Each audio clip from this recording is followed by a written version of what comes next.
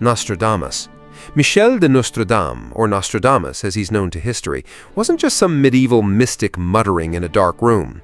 He was a respected physician and pharmacist, a man of science in an age of superstition. Yet, this man of medicine spent his nights staring into a bowl of water, allegedly tripping on nutmeg, and jotting down cryptic four-line poems he called quatrains. Most are frustratingly vague, like a weather forecast for a continent you don't live on. But then, there are the ones that hit with the unnerving precision of a guided missile. Let's talk about the big two: the Great Fire of London and the rise of a certain Austrian with a questionable mustache. In Century 2, Quatrain 51, he wrote, "The blood of the just will commit a fault at London, burnt through lightning of 23's the 6. The ancient lady will fall from her high place, several of the same sect will be killed." Let's break that down.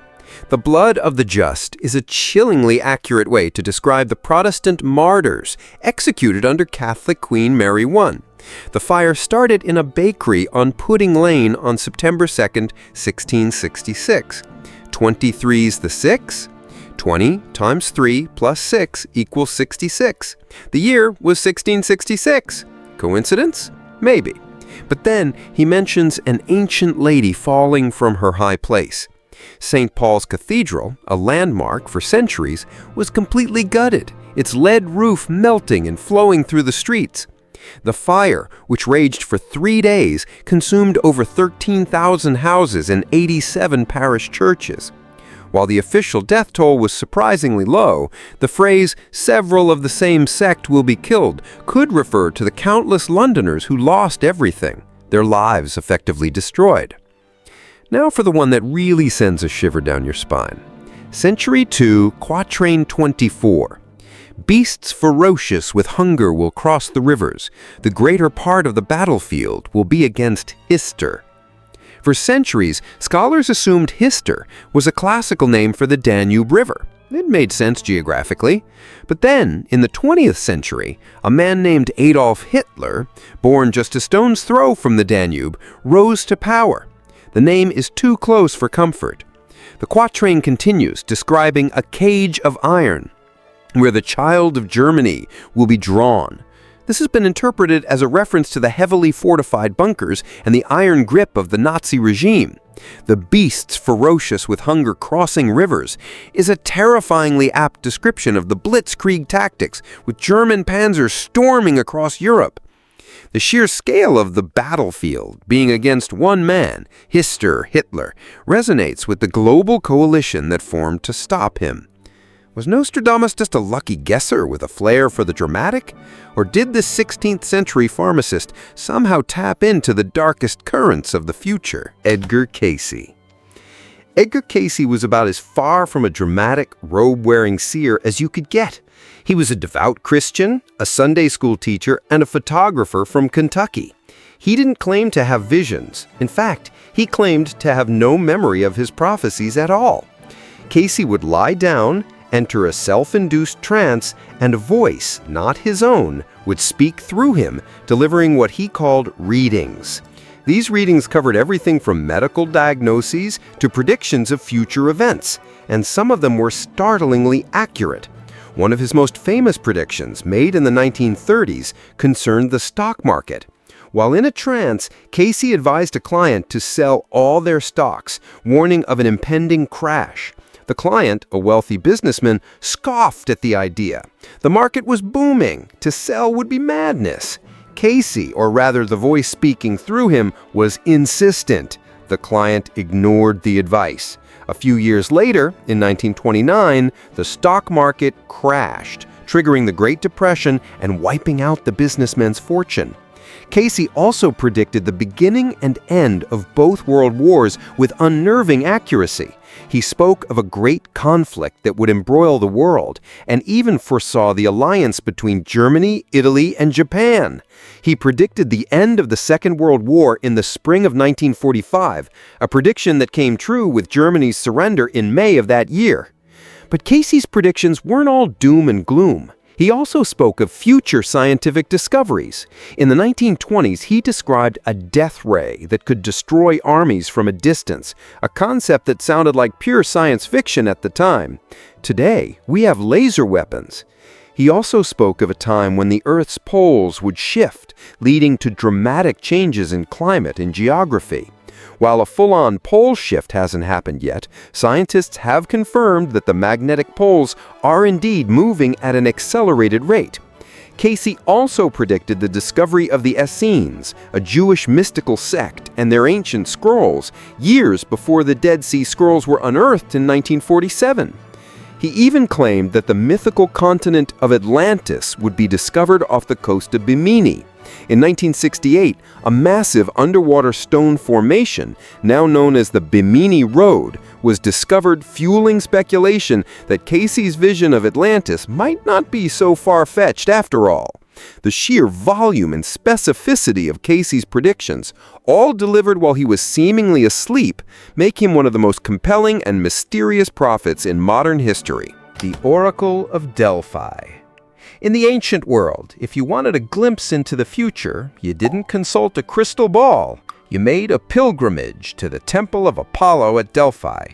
There, in a chamber deep within the temple, sat the Pythia, the high priestess, perched on a tripod over a chasm that emitted sweet-smelling vapors. After inhaling these fumes, the Pythia would enter a trance and channel the words of the god Apollo himself.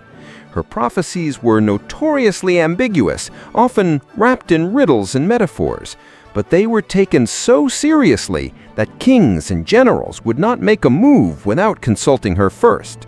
One of the most famous stories involves Croesus, the fabulously wealthy king of Lydia. Worried about the growing power of the Persian Empire, Croesus sent a messenger to Delphi to ask the oracle if he should go to war. The Pythia's response was a classic example of Delphic ambiguity. If Croesus crosses the Halys River, he will destroy a great empire. Croesus, blinded by his own ambition, interpreted this as a guarantee of victory. He crossed the river, attacked the Persians, and was utterly defeated. He had indeed destroyed a great empire, his own. The oracle was technically correct, but in the most devastating way possible. Another legendary prophecy concerned the city of Athens during the Second Persian invasion. The Athenians, facing a massive Persian army, sent to Delphi for guidance. The oracle's first response was terrifying: "Flee to the ends of the earth!" The Athenians, in despair, sent a second delegation, begging for a more hopeful message. This time, the Pythia offered a glimmer of hope. "Though all else shall be taken, Zeus grants the Triton-born a wooden wall to stand." The Athenians debated the meaning of this wooden wall. Some thought it meant they should fortify the Acropolis with a wooden barricade, but Themistocles, a brilliant Athenian general, had a different interpretation. He argued that the wooden wall was the Athenian navy, their fleet of wooden ships. He convinced his fellow citizens to abandon the city and put their faith in their navy. The Persians sacked Athens, but at the Battle of Salamis, the Athenian fleet, the wooden wall, lured the larger Persian navy into a narrow strait and completely destroyed them. The oracle's cryptic prophecy, interpreted with genius, had saved Athens and arguably Western civilization. The source of the Pythia's visions remains a mystery. Some scholars believe the vapors were hallucinogenic gases like ethylene seeping from the earth. Whatever the cause, the Oracle of Delphi's prophecies shaped the course of ancient history, proving that sometimes the most powerful weapon is not a sword, but a well-interpreted riddle. The 1914 Papal Prophecy. In the early 20th century, the world was a powder keg waiting for a spark. The great powers of Europe were locked in a complex web of alliances and rivalries, and a sense of impending doom hung in the air. In the Vatican, Pope Pius X, a man known for his piety and his deep sense of foreboding, was having a vision. In 1914, just months before the outbreak of World War I, the Pope reportedly fell into a trance during an audience. When he awoke, he was visibly shaken. "I have seen a great war," he declared. "This is not the last. There will be another, more terrible." The Pope's prophecy was chillingly specific. He spoke of a conflict that would engulf all of Europe, a war of unprecedented scale and brutality. He saw the fields of Europe soaked in blood, and he mourned the loss of a generation of young men. His vision was not just a vague premonition of conflict, it was a detailed and accurate picture of the horrors to come. The assassination of Archduke Franz Ferdinand in Sarajevo in June 1914 was the spark that ignited the powder keg. Then the Pope's vision became a grim reality. But the Pope's prophecy didn't end with the war to end all wars. He foresaw a second, even more devastating conflict. He spoke of a time when the world would once again be plunged into darkness, a war that would be fought with new and terrible weapons. This second part of the prophecy was largely ignored at the time. The world was too preoccupied with the immediate horrors of World War I to contemplate an even greater catastrophe. But 20 years later, the Pope's words would come back to haunt the world. The rise of fascism, the failure of the League of Nations, and the insatiable ambition of Adolf Hitler set the stage for a second global conflict, a war that would dwarf the first in its scale and in its savagery. The Pope's vision of a more terrible war, a war fought with atomic bombs, and a war that would result in the Holocaust, had come to pass. Pope Pius X died in August 1914, just weeks after the start of the war he had foreseen. He did not live to see the full extent of the devastation he had predicted, but his prophecy serves as a haunting reminder that sometimes the most powerful visions come not from a place of mysticism, but from a place of deep and profound sorrow for the future of humanity. The Curse of Tippecanoe. In the world of prophecies, patterns are everything, and there is no stranger or more persistent pattern in American history than the Curse of Tippecanoe. It's also known as the zero-year curse, and it's as simple as it is chilling. Every American president elected in a year ending in zero from 1840 to 1960 died in office. It's a streak of 7 presidents, a statistical anomaly that defies easy explanation. The curse is said to have originated with William Henry Harrison, who was elected in 1840. Harrison was famous for his victory over the Shawnee leader Tecumseh at the Battle of Tippecanoe in 1811.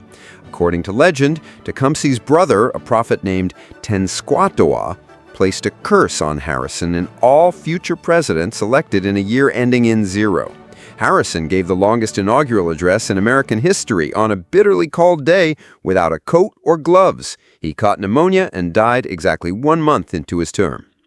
The pattern continued with unnerving regularity. Lincoln, elected in 1860, was assassinated in 1865. James A. Garfield, elected in 1880, was assassinated in 1881. William McKinley, elected in 1900, was assassinated in 1901. Warren G. Harding, elected in 1920, died of a heart attack in 1923. Franklin D. Roosevelt, elected in 1940 for his third term, died of a cerebral hemorrhage in 1945, and John F. Kennedy, elected in 1960, was assassinated in 1963. 7 presidents, all elected in a zero year, all dying in office. The odds of this happening by chance are astronomical. The curse was finally broken by Ronald Reagan, elected in 1980. Reagan survived an assassination attempt in 1981, and many believe that this was the moment the curse was finally laid to rest. George W. Bush, elected in 2000, also completed his 2 terms, seemingly confirming that the curse has lost its power. But the question remains, what was behind this bizarre and deadly pattern? Was it a genuine curse, a supernatural force shaping the destiny of the nation's leaders? Or was it a series of tragic coincidences, a statistical fluke that took on a life of its own in the popular imagination? Whatever the explanation, the Curse of Tippecanoe is a chilling reminder that sometimes the most terrifying prophecies are not written in ancient texts, but in the cold, hard data of history. Jules Verne. He wasn't a prophet, he was a storyteller, but his stories, filled with fantastical inventions and daring adventures, had an uncanny habit of coming true. More than a century before humanity set foot on the moon, Verne wrote From the Earth to the Moon, a novel that reads less like science fiction and more like a detailed blueprint for the Apollo program. Verne's novel, published in 1865, tells the story of the Baltimore Gun Club, a group of post-Civil War weapons enthusiasts who decide to build a giant cannon to shoot a projectile to the moon. The level of detail in Verne's descriptions is astonishing. He set the launch site in Florida, the same state where the Kennedy Space Center would later be built. He described a projectile made of aluminum, a lightweight metal that would become essential in aerospace engineering. He even calculated the escape velocity needed to break free from Earth's gravity with remarkable accuracy. But the most striking parallels are in the details of the mission itself. Verne's projectile, the Columbiad, was a 3-man capsule, just like the Apollo command module. The dimensions of the Columbiad were almost identical to those of the Apollo capsule. Verne even described the sensation of weightlessness that the astronauts would experience, a concept that was purely theoretical in the 19th century. And, in a truly bizarre coincidence, Verne's sequel, Around the Moon, described the capsule splashing down in the Pacific Ocean, the same recovery area used by the Apollo missions. The crew of Apollo 11, the first mission to land on the moon, were all fans of Verne's work, and they even named their command module Columbia in honor of his fictional spacecraft. Verne's prophetic vision wasn't limited to space travel. He also wrote about electric submarines in 20,000 Leagues Under the Sea, long before they became a reality. He described a global communications network similar to the Internet in his novel Paris in the 20th Century. He even wrote about video conferencing and flying machines. Verne's genius was not in predicting the future, but in extrapolating it. He took the scientific knowledge of his time and pushed it to its logical and often fantastical conclusions. He was a master of the what-if, a writer who understood that the line between science fiction and science fact is often just a matter of time. Leonardo da Vinci. Leonardo da Vinci is celebrated as the ultimate Renaissance man, a painter, sculptor, architect, musician, scientist, inventor, and anatomist. His notebooks are a testament to a mind that was centuries ahead of its time, filled with designs for flying machines, armored vehicles, and diving suits. But hidden among these technical drawings is a series of sketches and writings that reveal a darker, more prophetic side to Leonardo's genius. In a collection of writings known as his Prophecies, Leonardo describes a series of apocalyptic visions, a world consumed by war, destruction, and a mysterious, all-consuming force. These are not prophecies in the traditional sense. They are not predictions of specific events. Instead, they are allegorical and metaphorical descriptions of a world gone mad, a world that bears a striking resemblance to our own. Leonardo writes of men who shall deal bitter blows to one another, and of cruel flight that will fill the air from the east to the west. He describes a thing that the more it is needed, the more it is rejected, a chillingly accurate description of truth in an age of misinformation. He speaks of great heaps of dead bodies and of a cruel plague that will take away the life of many. These visions, written in the 15th century, seem to foreshadow the horrors of modern warfare, from the aerial bombardments of World War II to the threat of biological weapons. One of the most haunting of Leonardo's prophecies describes a force that will come from under the ground, and with its terrific noise will stun all who are near it, and with its breath will kill and ruin many cities and castles. This has been interpreted as a vision of gunpowder and cannons, but it could just as easily be a description of a nuclear explosion. He also writes of a time when water will rise from the sea and will fall upon the dwellings of men, a vision that resonates with our current fears of climate change and rising sea levels. Were these the ramblings of a brilliant but troubled mind? Or did Leonardo da Vinci possess a kind of prophetic insight, a deep understanding of the destructive potential of human nature? His prophecies are a reminder that the future is not always written in the stars, but in the choices we make, and that the same genius that can create the Mona Lisa can also foresee a world on the brink of self-destruction. The double Dennis. Sometimes the universe has a sense of humor, a dark, twisted, and utterly baffling sense of humor. And nowhere is this more apparent than in the strange case of the double Dennis. On March 14, 1951, two completely independent comic strips, both titled Dennis the Menace, debuted in newspapers on opposite sides of the Atlantic. In the United States, Hank Ketchum, a freelance cartoonist, created a comic about a mischievous, cow-licked boy who terrorized his long-suffering neighbor, Mr. Wilson. On the very same day, in the United Kingdom, a cartoonist named David Law created a comic for the magazine The Beano about a mischievous, spiky-haired boy who terrorized, well, everyone.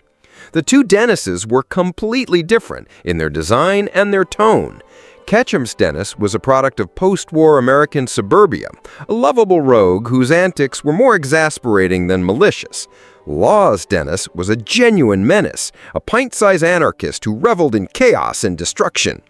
Ketchum's Dennis had a dog named Ruff. Law's Dennis had a dog named Gnasher. The only things they had in common were their name, their age, and their penchant for causing trouble. The creators were completely unaware of each other's work. There was no collaboration, no communication, no shared inspiration. It was a pure, unadulterated coincidence, a 1 in a billion shot that hit the bullseye.